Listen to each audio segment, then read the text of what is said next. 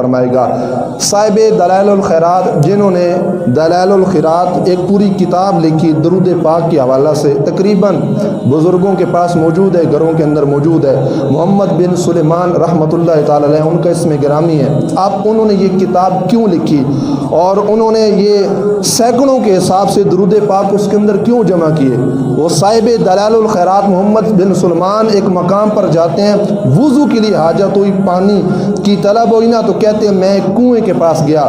وہاں سے پانی نکالنے کی کوشش کی کہ میں اسے وضو کر سکوں۔ کہتے ہیں کہ ہاتھ بڑھانے کی کوشش کی لیکن میرا ہاتھ پانی تک نہ پہنچا، بڑا پریشان ہوا۔ کہتے ہیں مکان کی چھت پہ ایک چھوٹی سی بچی موجود تھی، محمد بن سلیمان کہتے ہیں میں نے اس بچی سے کہا کہ مجھے پانی چاہیے، گھر سے پانی لا دو، وضو کرنا ہے۔ مکان کی چھت پہ کھڑی ہونے والی وہ چھوٹی سی بچی، اس نے اپنا لعاب دان تھوک اس کنویں کے اندر جب ڈالا نا تو کنویں سے پانی باہر آ گیا اور کناروں تک پانی پہنچا ہے، اور یہاں تک آتا ہے کہ پانی جو ہے نا بہنے لگ گیا۔ محمد بن سلیمان کہتے ہیں وہاں سے میں نے وضو کیا، کہتے ہیں میں حیران ہو گیا، اللہ نے ان کو بزرگی بھی عطا کی، کمال بھی عطا کی، فضیلت بھی عطا کی، لیکن یہ عجیب ماجرا ہے کہ ایک چھوٹی سی بچی نے اپنا تھوک ڈالا، وہاں سے پانی باہر ہو گیا۔ کہتے ہیں کہ میں نے اس بچی سے کہا، کہتے ہیں بچی گناہوں سے پاک و صاف کیا عمل کرتی ہے کہ مکان کی چھت سے تو نے پانی پھینک جو ہے پانی کے اندر تھوک ڈالا ہے اور پانی مجھے نصیب ہو گیا ہے۔ اس بچی نے ایک ہی بات کی، فرمایا بزرگوں میں ہر ٹائم سرکار کی ذات پہ درود و سلام پڑھتی رہتی ہوں۔ اللہ نے یہ کمال